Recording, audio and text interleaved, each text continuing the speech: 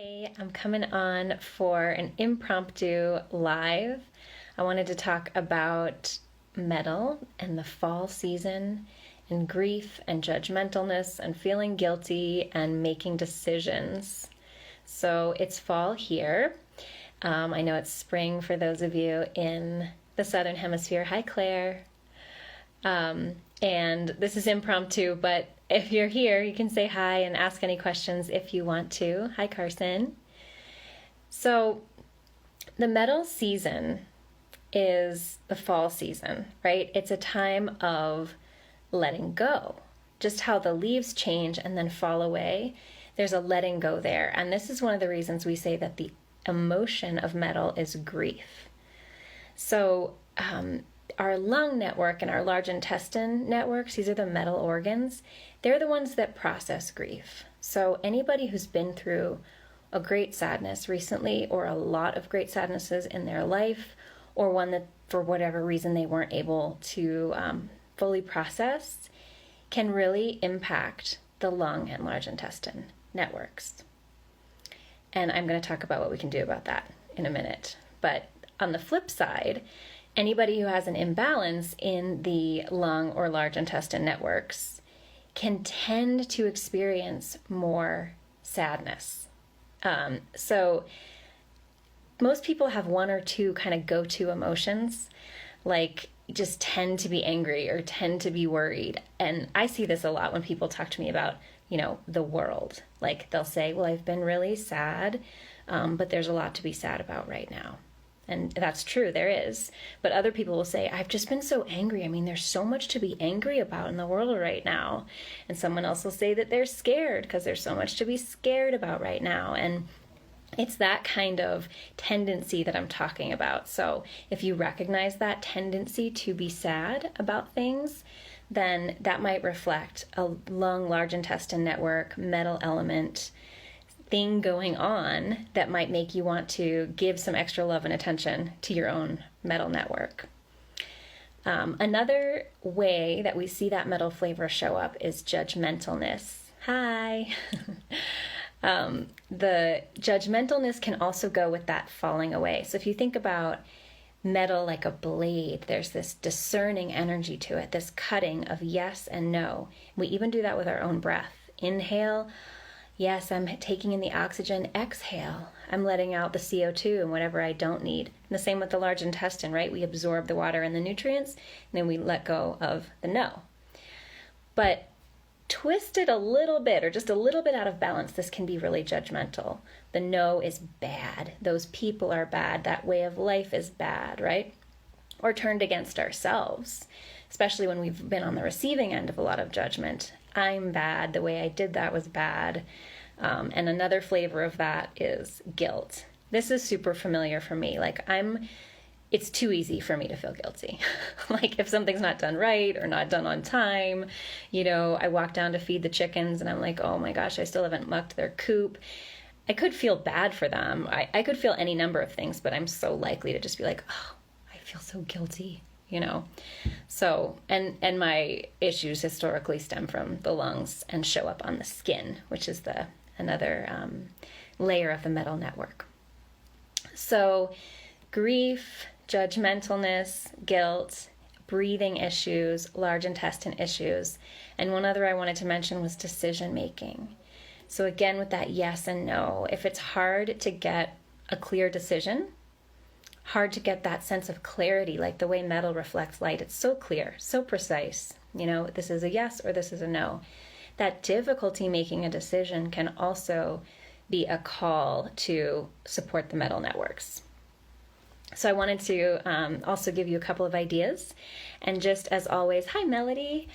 As always, take what resonates for you today, save the rest for later, or just let it go. Speaking of discernment, take it or leave it. But one thing, if my mentioning the grief connection, the sadness and grief connection, if that struck a chord for you, then you can go to that. When you have a moment to yourself or with someone that you feel safe doing this, go to that place of sadness and breathe into it. give it a little attention, especially with the breath, because we're talking about a metal energy, and the lungs and the breathing are metal, right? So inhaling into that place and exhaling it out. And for some of you, that might be enough. Just like laying a hand on the lungs and feeling the grief and taking a breath for it might bring on the tears and that release that's needed. Sometimes it's buried or locked up a little bit tighter or deeper than that. But I love what Thich Nhat Hanh says about the emotions. He used to say, hello, my sadness. I see you. I'm here for you. I'm going to take good care of you. I'll give you a mindfulness bath. It's just so sweet to me. Like I imagine, tending to my sadness, like bathing it with mindfulness, breathing into it, being there for it. And it can be that simple. Everything else I could tell you about moving emotions and how they affect the body, it can really be that simple. Just being present for the emotion is the most profound thing. Another thing I like to do is shaking and tapping. So if things feel congested in the lungs, you can tap like this over the lung organs and down the lung channel, which you've seen me do. It goes down the inside of the arm towards the thumb and out to the end of the thumb. Shaking and tapping, and give a sigh, or, let out whatever sounds you want to shake out of there. And yet another one would be with the breath, tuning into the breath as evidence that I can discern. I can breathe in my yes, I can exhale my no.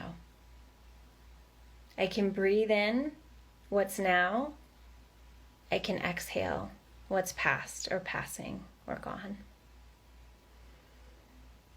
And it's not very charged, right? It's just the breath. It's just a yes and a no. It's not, oh my gosh, CO2 is bad. I got to get this evil stuff out of here. It's just simply, yes, this comes in. No, this goes out. And so in that breath, we can feel the aliveness of our own metal functions. So the funny thing about talking about this, as someone who has some metal imbalances to people who might have metal imbalances, is that we could start to feel guilty or judge ourselves for not having healthy metal or something, right? Because that's a part of it.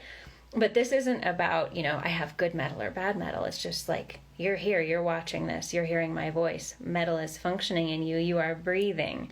So we're just noticing that. It's not an affirmation wow, I have the healthiest lungs I could possibly have. It's just an observation. Look at this. I'm doing it. I can do it. I can breathe in a yes. I can exhale a no.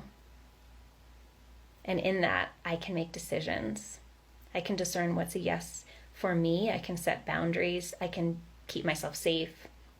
I know what to expose and not to expose, to share and not share.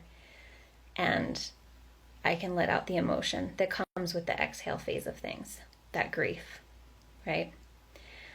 So those are a few ideas to support and connect with the metal energy. I also love thinking of sunset as a time to connect with metal energy. That's like the fall of the day, and also a time that colors get more vibrant. Just like fall leaves get more vibrant, the sunset colors get vibrant just before it's over. That's a beautiful time to just open up to that metal quality. See what you notice about it. See what it brings up in your body. Okay? All right. So I came on to do this impromptu live about metal. It's the noon hour. It's almost 2 o'clock on the clock here, but it's closer to 12:45 on the planetary clock. We're in the noon hour here, which means it's heart time, which is the perfect time for connection and conversation. So I'll do this again tomorrow or Wednesday to talk probably about wood and spring, which is the season in the southern hemisphere. And if this draws you in, if you're curious more about how our emotions affect our bodies and our bodies affect our emotions, I'd love to connect with you about the 6-week journey that I'm hosting starting next week. So send me a DM and I can tell you more about that. All right. Thanks for watching, those of you who came live. It's so fun to see you there. All right, I'll talk to everybody soon.